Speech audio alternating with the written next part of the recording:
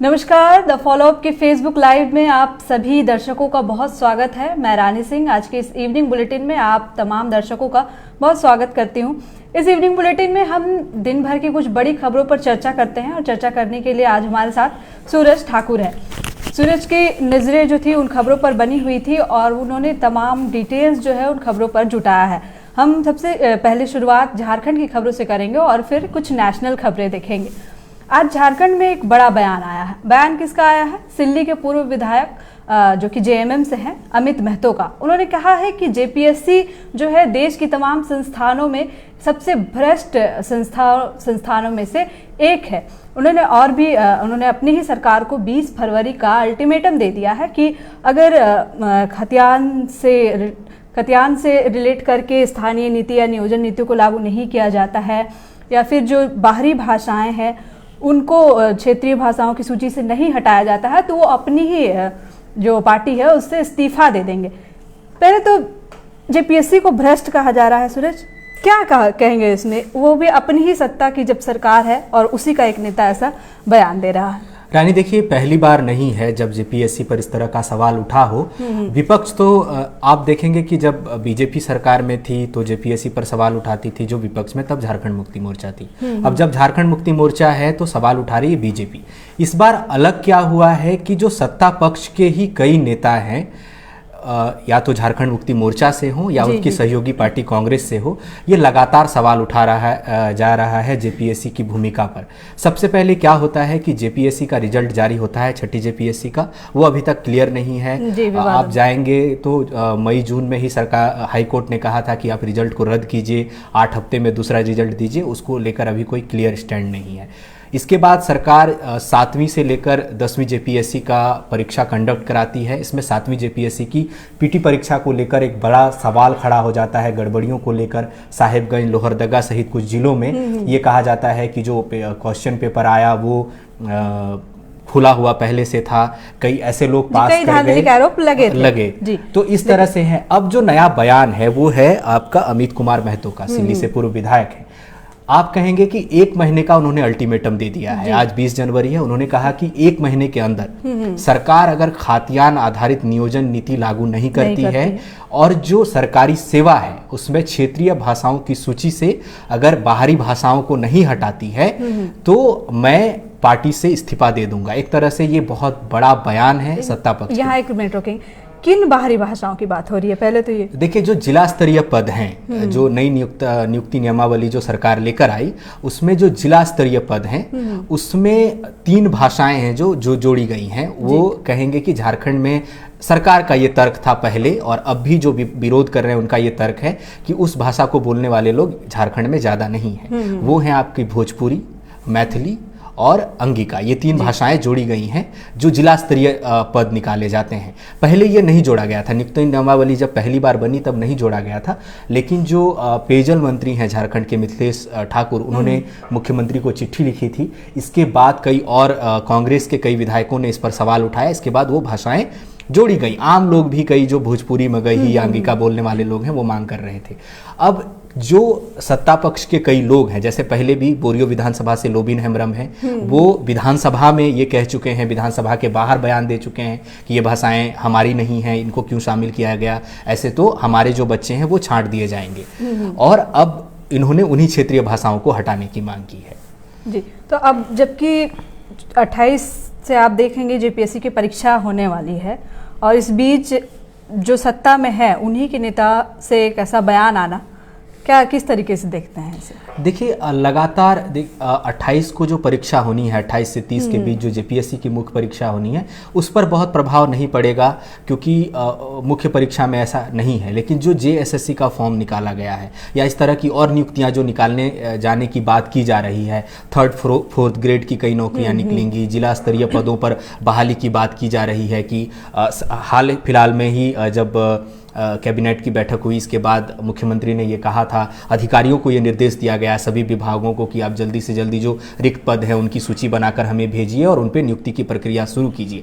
तो जाहिर सी बात है कि जब वो आएगा तो ये विवाद खड़ा होगा। वैसे भी भाषाई आधार पर आंदोलन जो है वो कहीं कहीं जोर पकड़ रहा है। खोरठा भाषा में सिलेबस की बड़ी मांग को लेकर था। इसके बाद जो क्षेत्रीय भाषा है, जो थर्ड जो बड़े पद हैं, जो राज्य स्तरीय पद भी हैं, उसमें भी क्षेत्रीय भाषाएं हैं, उसमें हिंदी को नहीं रखा गया है, उर्दू है, तो उसको लेकर सवाल तुष्टीकरण का आरोप सरकार पर लग रहा है।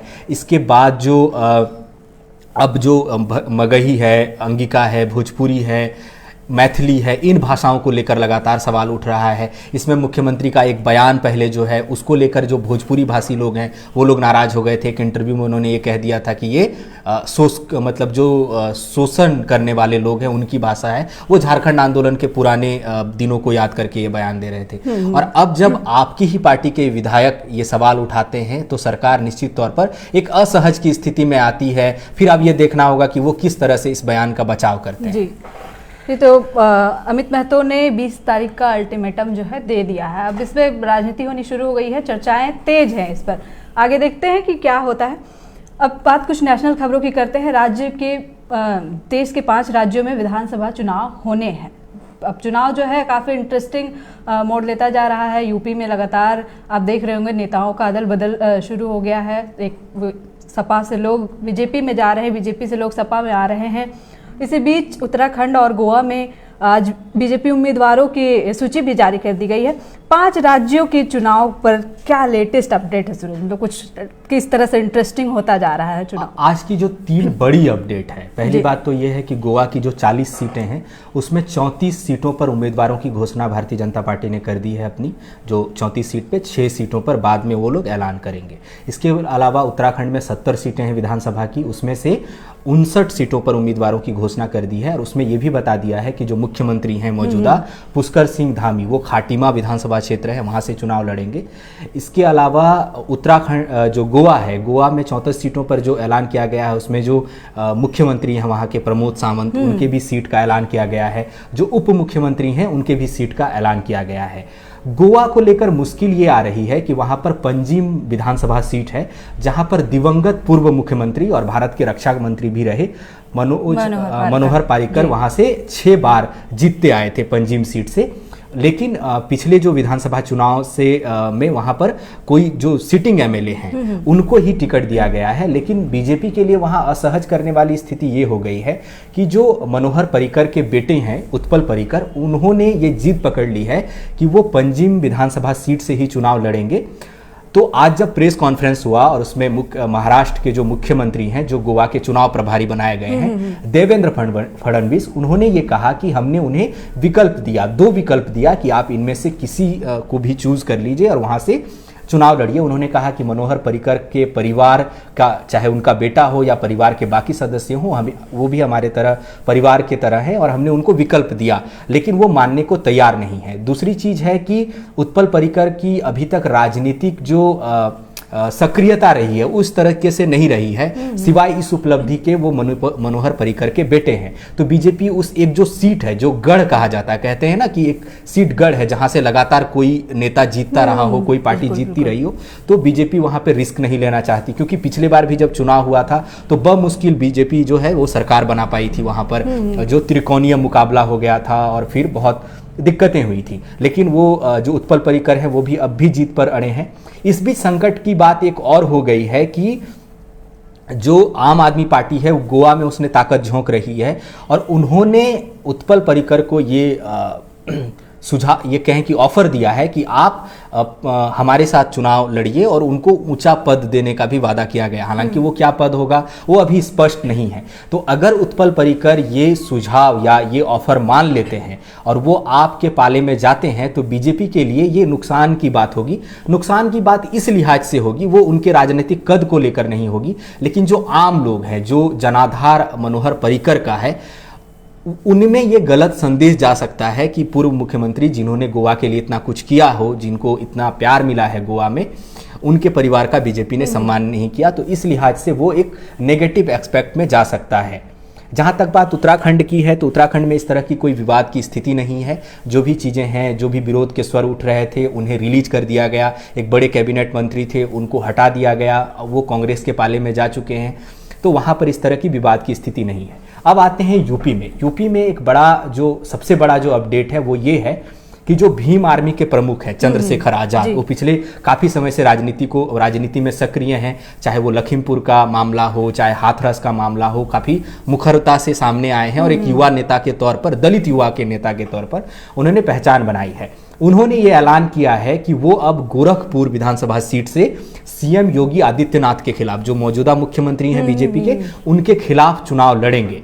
आप जानेंगे कि ये चर्चा चल रही थी कि योगी आदित्यनाथ जो हैं वो अयोध्या से चुनाव लड़ सकते हैं या फिर देवबंद से चुनाव लड़ सकते हैं। अयोध्या से इसीलिए क्योंकि बीजेपी जो है अपनी हिंदुत्व छवि को लेकर आगे आई है। हाल ही में अयोध्या में राम मंदिर का निर्माण शुरू हो चुका है, वाराणसी में काशी विश्वनाथ कॉरिडोर बन चुका है। तो इसको लेकर जो एक आम मतदाता है, खासकर जो हिंदू आबादी है, हिंदू समुदाय के लोग हैं, वो एक उस बात से प्रभावित होंगे और बीजेपी को उम्मीद भी होगी कि इस मसले पर वोट मिलेगा। तो लेकिन चूंकि गोरखपुर सुरक्षित सीट मानी जाती है तो योगी आदित्यनाथ ने वहां से चुनाव लड़ने का फैसला किया। अब चंद्रशेखर आजाद ने फैसला कर लिया है कि वो चुनाव वहां से लड़ेंगे। तो एक मुश्किल की बात आ सकती है क्योंकि चंद्रशेखर आजाद की लोकप्रियता है, हालांकि वो जीतेंगे इसकी संभावना कम है क्योंकि वो गढ़ है, वहां पर उनका जो पीठ है जहां के वो महंत रहे हैं, उसका अलग प्रभाव है वहां पर। तो बीजेपी के लिए सुरक्षित सीट है, तो वहां से वो हारें ये अलग मसला है, लेकिन एक पहचान जो है योगी आदित्यनाथ के खिलाफ लड़के, वो एक बात आ जाएगी। दूसरी जो बड़ी बात है, रायबरेली सदर सीट से कांग्रेस की युवा विधायक रही हैं अदिति सिंह, उन्होंने फाइनली ऑफिशियली कांग्रेस पार्टी छोड़ने का ऐलान कर दिया है। हालांकि 2-3 महीने पहले ही वो भारतीय जनता पार्टी में शामिल हो गई थी, लेकिन आज ऑफिशियली उन्होंने अपना इस्तीफा जो है वो कांग्रेस की अंतरिम अध्यक्ष सोनिया गांधी को सौंप दिया और उन्होंने कहा कि आज मैं 12 बजे से, यानी आज 20 जनवरी दोपहर 12 बजे से मैं कांग्रेस की सदस्य नहीं हूं। हालांकि वो पहले भी बीजेपी में शामिल हो चुकी हैं और उनका जो स्टैंड है पिछले 2-3 सालों से, उनका स्टैंड लगातार भारतीय जनता पार्टी की तरफ रहा है और पार्टी लाइन से, कांग्रेस की पार्टी लाइन जो शीर्ष आला कमान कहता है उससे अलग वो कहती रही हैं। धारा 370 हटाने का, अनुच्छेद 370 जब हटाया गया उसका समर्थन उन्होंने किया, राम मंदिर को लेकर जो फैसला आया उसका उन्होंने समर्थन किया, वो यूनिफॉर्म सिविल कोड को जो बात चल रही है उसको लाने की, उसका समर्थन करती रही हैं। तो कहा जा रहा है कि पद उन्होंने इसलिए अब तक कांग्रेस से इस्तीफा नहीं दिया था क्योंकि वो क्यों नहीं चाहती थी कि उनकी जो विधानसभा की सदस्यता है वो चली जाए। इसके अलावा 2 बड़ी जो खबरें हैं उसमें एक है कि समाजवादी पार्टी के पूर्व विधायक थे प्रमोद गुप्ता, उन्होंने भारतीय जनता पार्टी ज्वाइन कर ली है। और इससे भी बड़ी खबर ये है कि कांग्रेस पार्टी ने यूपी में सत्ता में वापसी के लिए ताकत झोंकी है। जो महासचिव हैं पार्टी की और जो चुनाव प्रभारी भी कह सकते हैं आप यूपी में, प्रियंका गांधी, उन्होंने पूरी ताकत झोंक रही है। लगातार वो रैलियां कर रही हैं जिनको वो प्रतिज्ञा रैली का नाम दे रही हैं, सरकार पर लगातार हमलावर हैं। उन्होंने एक नारा दिया है, लड़की हूं लड़ सकती हूं, और इस नारे का जो पोस्टर गर्ल थी कांग्रेस की तरफ से प्रियंका मौर्य, उन्होंने भारतीय जनता पार्टी ज्वाइन कर ली है। इंटरेस्टिंग ये मामला है कि जो खुद पोस्टर गर्ल थी इस लड़की हूँ लड़ सकती हूँ, उन्होंने बीजेपी ज्वाइन कर लिया। अच्छा, एक चीज और, जब कल ही आप देख रहा होगा आपने कि अपर्णा यादव ने सपा को इस्तीफा देकर अभी बीजेपी ज्वाइन कर लिया, इसको कैसे देखते हैं? मतलब क्या लगता है, सिर्फ सपा की बात करें तो उसे कहीं ना कहीं फर्क पड़ेगा चुनाव में? देखिए, अगर राजनीतिक कद के हिसाब से आप देखें, अपर्णा यादव इतनी महत्वपूर्ण नहीं है कि उससे बहुत फर्क पड़ेगा उनके चुनाव परिणामों पर एक जो इम्पैक्ट पब्लिक में जाता है कि आपके परिवार के लोग, एक होता है कि जब आपके कैबिनेट के लोग, आपके विधायक, आपके वरिष्ठ नेता जाते हैं तो एक जो नेगेटिव इम्पैक्ट जो आपकी पार्टी के बारे में है वो जनता पर पड़ता है। लेकिन जब आपकी पार्टी की एक युवा नेता और आपके परिवार की सदस्य भारतीय जनता पार्टी में शामिल हो जाती हैं तो ये बहुत झटका बड़ा कहा जाएगा इस लिहाज से कि जनता पर क्या इम्पैक्ट पड़ेगा। क्योंकि कुछ ही दिन पहले भारतीय जनता पार्टी के 3 बड़े मिनिस्टर जो हैं, स्वामी प्रसाद मौर्य हैं, इसके बाद धर्म कुमार सैनी हैं, इसके अलावा दारा सिंह है, उन्होंने समाजवादी पार्टी ज्वाइन कर ली थी, जिसे एक बड़ा झटका बीजेपी के लिए कहा जा रहा था।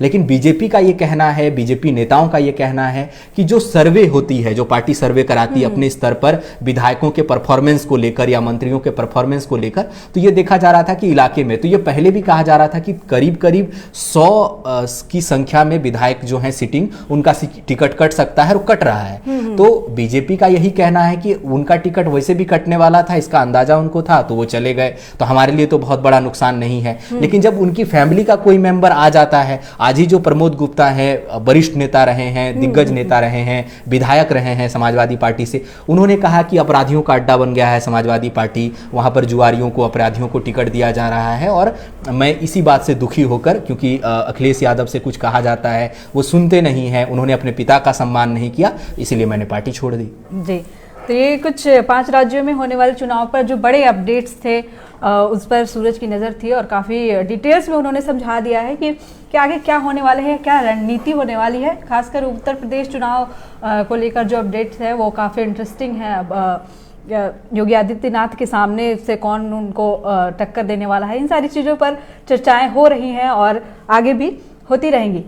अब एक मैटर उठ रहा है चीन और लद्दाख वाला मामला। आपको गलवान घाटी का मामला याद होगा। एक खबर आ रही है कि चीन की सेना ने हमारे देश के एक किशोर लड़के, एक लड़की का किडनैप कर लिया गया है। राहुल गांधी ने इस पर ट्वीट भी किया है, भाजपा के भी कुछ नेताओं ने इस पर ट्वीट किया है। ये मैटर क्या है पूरा सूरज, क्योंकि हमारे देश से एक लड़के का अपहरण हो जा रहा है, क्या मैटर है ये पूरा? देखिए, अरुणाचल प्रदेश में पिछले कुछ महीनों से लगातार डिस्टर्बेंस है। वहाँ पर जो पीएलए के सैनिक हैं उन्होंने अपनी मौजूदगी दर्ज कराई है, उससे सट के सड़कों का निर्माण हो रहा है। सबसे पहले हम इसकी बात करते हैं कि ये जो लड़का है, 17 साल का लड़का है, अरुणाचल प्रदेश के सीमावर्ती एक गाँव का रहने वाला है। उसका नाम है मीरोम तारोम, उस लड़के का नाम है, और वो गायब हो जाता है। अब आरोप ये लग रहे हैं कि चीन के जो पीएलए के सैनिक हैं उन्होंने गश्ती के दौरान उस लड़के को उठा लिया है। इसको लेकर पहले तो जो कांग्रेस के सांसद हैं राहुल गांधी, उन्होंने ट्वीट किया। इसके अलावा बीजेपी के सांसद हैं अरुणाचल प्रदेश से तापिर गाओ, उन्होंने भी ट्वीट किया और उन्होंने इस बात की पुष्टि की। अब रक्षा मंत्रालय का ये ट्वीट आया है सामने। रक्षा मंत्रालय ने ये कहा है कि हमने चीनी सैनिकों से उसे ढूंढने के लिए मदद मांगी है। सरकार ये नहीं मान रही है कि उसका अपहरण हुआ है। अगर रक्षा मंत्रालय ये कह रहा है कि हमने चीनी सैनिकों से मदद मांगी है, तो इसका मतलब ये स्टैंड है कि वो बर्फीले तूफान की वजह से या सीमावर्ती इलाके में रास्ता भटक जाने की वजह से लापता हो गया होगा। लेकिन जो आरोप लगते रहे हैं, ये बात है कि वहाँ पर लगातार तनाव की स्थिति बनी हुई है। तनाव की स्थिति कैसे बनी हुई है? अभी 1 महीने पहले वहाँ के जो नया मानचित्र जारी किया था चीन ने अपना, उसमें उन्होंने बतौर दक्षिण तिब्बत अरुणाचल प्रदेश को अपने मानचित्र में प्रदर्शित किया था। और इसमें अरुणाचल प्रदेश के करीब जो 15 स्थान हैं उनका नाम बदल दिया गया था। ऐसा 2017 में भी किया गया। उस पर भी रक्षा मंत्रालय ने कहा था कि उससे कुछ फर्क पड़ता नहीं है, हमारे सीमा के कंडीशन पर यथास्थिति बहाल है। ऐसी कोशिश 2019 में भी, 2017 में भी की गई थी और उसका कुछ प्रभाव नहीं पड़ता है। आप देखेंगे कि ये विवाद नया नहीं है। 1962 में लड़ाई हो चुकी है, 1967 में लड़ाई हो चुकी है चीन के साथ, और वहाँ पर सीमा पर अब नो फायर का वो जो एक कहते हैं कि गतिरोध का जो एक साइन हुआ है कि हथियार नहीं एक दूसरे पर चलाएंगे, ये समझौता हुआ था। तो विवाद पुराना नहीं। ये विवाद कब से फिर से तेजी से आया? जब 16 जून 2020 को गलवान जो वैली है, वहाँ पर पूर्वी लद्दाख में एक वैली है गलवान वैली, वहाँ पर हिंसक झड़प हुई थी जिसमें भारत में मेजर रैंक के अधिकारी सहित करीब 20 जवान शहीद हो गए थे। भारत ने ये दावा किया था कि चीन के भी करीब 40 से 45 की संख्या में जो हैं जवान वो हताहत हुए थे और हमने भी उनको भारी नुकसान पहुंचाया है। चीन ने पहले ये नहीं माना, लेकिन बाद में पिछले साल कुछ महीने पहले उन्होंने अपने कुछ जवानों को सम्मानित किया। इससे स्पष्ट हुआ कि अब वो मान रहा है, हालांकि सही आंकड़ा उसने अब तक भी प्रदर्शित नहीं किया। तो ये विवाद लगातार चला आ रहा है।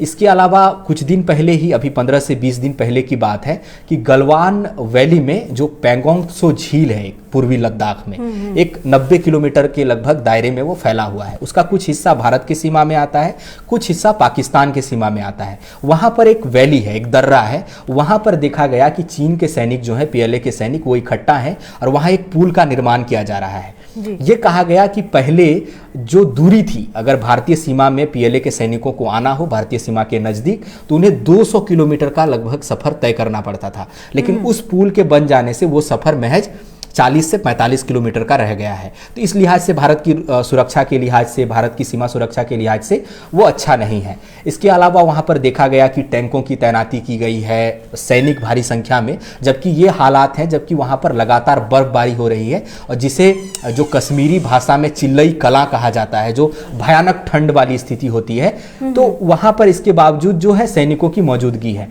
तो रक्षा मंत्रालय ने या कहें कि भारत सरकार ने उन दावों को, जो रिपोर्ट्स आ रही थी कि पुल बन रहा है और चीन के सैनिक घुस आए हैं, इसको एक तरह से काउंटर करने के लिए गलवान वैली में भारतीय सैनिकों ने झंडा फहराया और रक्षा मंत्रालय और जो भारतीय सेना का ऑफिशियल ट्विटर है उससे एक फोटो जारी किया गया जिसमें भारतीय सैनिक तिरंगा फहराते दिखे।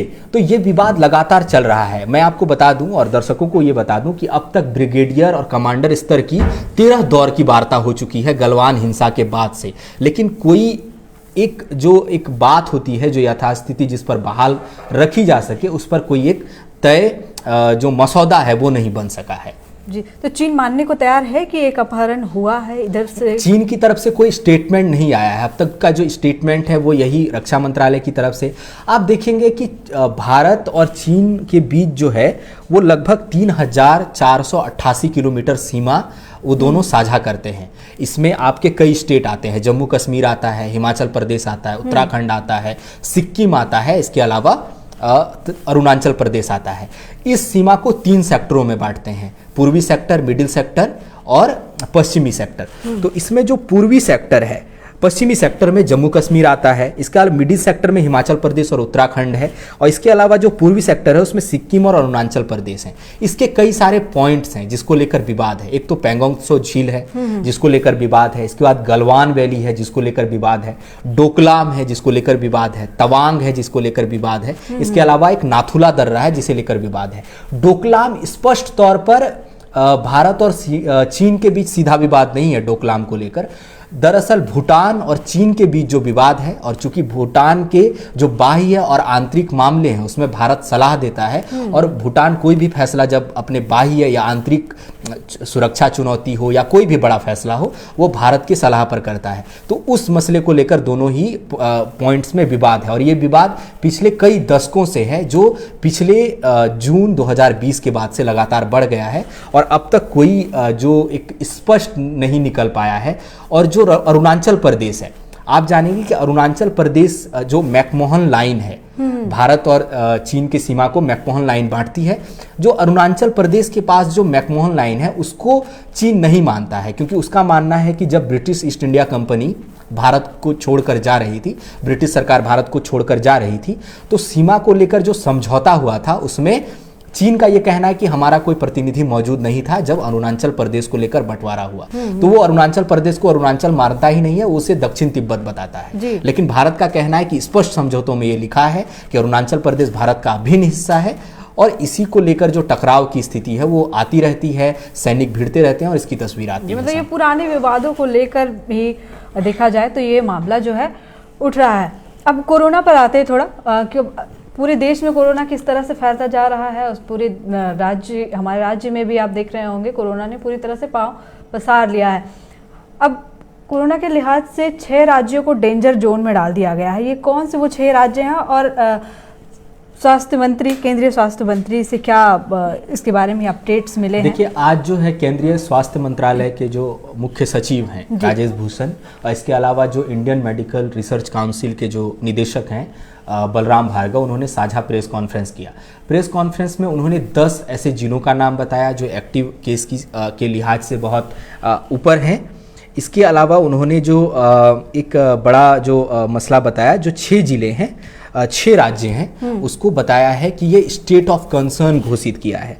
जो वो 6 जिले हैं उसमें है महाराष्ट्र, कर्नाटक, दिल्ली, तमिलनाडु, उत्तर प्रदेश। जी, ये 6 राज्य हैं। इनको स्टेट ऑफ कंसर्न की श्रेणी में रखा है कि कोरोना के जो सर्वाधिक मामले हैं वो यहाँ से ही आ रहे हैं। महाराष्ट्र ऐसा राज्य है जहाँ लगातार 40,000 से ऊपर केस आ रहे हैं। केरला ऐसा है जहाँ 30-32 हज़ार केस रोज आ रहे हैं। इसके अलावा यहाँ पर डेथ रेट भी ज़्यादा है। इसके बाद जो बाकी 10 जिले हैं, इसमें 10 जिले जो हैं जिनमें एक्टिव केस, आप जानेंगे कि भारत में एक्टिव केस की संख्या जो है वो 19 लाख से ज़्यादा है, 19.5 लाख के आसपास एक्टिव कोरोना मरीज हैं। तो उसमें जो हिस्सेदारी है वो इन 10 राज्यों की ज़्यादा, उनमें महाराष्ट्र है, कर्नाटक है, तमिलनाडु है, केरला है, पश्चिम बंगाल है, उत्तर प्रदेश है, गुजरात है, ओडिशा है, दिल्ली है और राजस्थान है। ये 10 जिले हैं जहां सबसे ज़्यादा एक्टिव केस है। अब स्वास्थ्य सचिव ने ये कहा है कि यहाँ पर केंद्र की स्वास्थ्य टीमों को भेजा गया है और उनसे कहा गया है कि आप लगातार वहाँ आंकड़ों का विश्लेषण कीजिए और उस आधार पर रिपोर्ट सोच पिए। और इसलिए भी ये जरूरी हो जाता है क्योंकि 5 राज्यों में चुनाव होना है। अभी फिलहाल जो है 30-31 जनवरी तक केंद्रीय निर्वाचन आयोग ने कैंपेन कर्फ्यू लगा रखा है कि आप चुनावी रैली नहीं कर सकते, आप बाइक रैली नहीं निकाल सकते, आप रोड शो नहीं कर सकते, आप वर्चुअल प्रचार कर सकते हैं। लेकिन मुझे लगता है कि सरकार आने वाले समय में जो सरकारें हैं, जो पार्टियां हैं, वो मांग करेंगी डोर टू डोर अभियान का, और यदा कदा हो भी रहा है। तो ये कंसर्न है। इसके अलावा जो एक महत्वपूर्ण जानकारी दी गई है कि जो टीके की डोज की संख्या है वो 160 करोड़ से ज़्यादा लोगों को, जो मतलब लोग नहीं, 160 करोड़ से ज़्यादा डोज दिया जा चुका है। तो उन्होंने कहा कि जितनी भारत की आबादी है, जो 135 करोड़ की हम आबादी कहते हैं, तो 72% आबादी का पूर्ण टीकाकरण हो चुका है, मतलब दोनों डोज लग चुके हैं। हाल ही में आप जानते हैं कि 3 जनवरी को जो बच्चों का टीकाकरण है वो शुरू किया गया था। 15 से 18 साल के, हम बच्चे क्या किशोर कहें, कि उनके टीकाकरण की शुरुआत की गई। उसमें से 52% आबादी जो है 15 से 18 साल के आयु वर्ग की, उसको उनका पूर्ण टीकाकरण हो चुका है। अब ये सवाल हो रहा है कि क्या 15 साल से कम उम्र के बच्चों का भी टीकाकरण होगा। इस पर जो आईसीएमआर के निदेशक हैं डॉक्टर बलराम भार्गव, उन्होंने ये कहा कि हमारे वैज्ञानिक अभी डाटा का आकलन कर रहे हैं, विदेशों से भी सलाह ली जा रही है, टीका बनाने वाली कंपनियों से बातचीत की जा रही है। इसके बाद ही आप देखेंगे कि कनाडा है, अमेरिका है, ब्रिटेन है, यहाँ पर जो 3 साल से अधिक उम्र के बच्चे हैं उनका टीकाकरण शुरू कर दिया गया है। कनाडा में और अमेरिका में फाइजर और मॉडर्ना की जो वैक्सीन है वो दी जा रही है बच्चों को। तो ये वैक्सीनेशन शुरू होगा, कब होगा? क्योंकि अब जो आंकड़ा आ रहा है, झारखंड में भी हमने ये खबरें बनाई हैं, आपने भी कई वेबसाइट्स में ये खबरें लिखी हैं कि जो बच्चे हैं वो तेजी से संक्रमित हो रहे हैं और ओमिक्रॉन का मामला बढ़ता जा रहा है। झारखंड में अभी तक जीनोम सीक्वेंसिंग मशीन नहीं आ पाई, जबकि स्वास्थ्य विशेषज्ञों का ये कहना है कि 90% मामले ओमिक्रॉन के ही हैं, लेकिन इसकी पुष्टि नहीं हो पा रही। जब तक रिपोर्ट आती है लोग ठीक हो जाते हैं। तो ये गंभीर मसला है जिसको लेकर आज जो है केंद्रीय स्वास्थ्य मंत्रालय की तरफ से एक प्रेस कॉन्फ्रेंस बुलाई गई थी। जी, और झारखंड में भी कोरोना काफ़ी फैलता जा रहा है। हालांकि अब एक अच्छी बात यह है कि 13 जनवरी के बाद से कम संक्रमितों की संख्या मिल रही है, लेकिन फिर भी 24 घंटे की बात करें तो 12 लोगों की मौतें हुई है। एक और कल ऐप लॉन्च हुआ था, आप लोगों को मालूम होगा, पेट्रोल से जुड़ा हुआ, पेट्रोल सब्सिडी से जुड़ा हुआ। अगर अभी भी नहीं मालूम है आप लोगों को तो मेरे पास एक अखबार रखा हुआ है, उसकी जिसकी भी आपको ऐप से जुड़ी कुछ भी जानकारी लेनी हो या पेट्रोल सब्सिडी से, तो आज के सभी अखबारों के फ्रंट पेज में आपको ये ऐड दिख रहा होगा। यहाँ से आप सारी जानकारी ले लें और पेट्रोल से जुड़ा आपको जो फ़ायदा, जो लाभुक हैं जिन्हें लेना है, वो इसमें दिए हुए जो इंस्ट्रक्शंस है उसको फॉलो ज़रूर करें और इससे आपको शायद लाभ मिल सके। जो हेमंत सरकार ने आपको वादा किया था कि 10 लीटर पेट्रोल आप लेते हैं तो आपको 25 रुपये की छूट, यानी 250 का सब्सिडी जो है आपके अकाउंट में आ जाएगा। तो और मौसम की भी अगर बात करें तो 22-23 जनवरी से फिर बारिश होने वाला है। 22 तारीख से ही मौसम अपना मिजाज चेंज कर देगा और 23 जनवरी से जो है बारिश होनी शुरू हो जाएंगी। तो आप लोगों को ध्यान रखना है क्योंकि बारिश के बाद ठंड जो है वो बढ़ेगी और ऐसे में ठंड जब बढ़ेगी, कोहरा रहेगा, धुंध रहेगा, तो जाहिर सी बात है सबों को ध्यान रखना है अपना। कोरोना से हमें अभी बचाव करना है, सोशल डिस्टेंसिंग का पालन करना है, मास्क यूज़ करना है और ज़्यादा पार्टीज, गैदरिंग, भीड़ ये नहीं जुटाने हैं। इन सभी बातों के साथ आज के इस लाइव सेशन को यही ख़त्म करते हैं। तमाम बड़ी खबरों के लिए और राज्य से जुड़ी खबरों के लिए जुड़े रहे फॉलोअप के साथ। धन्यवाद।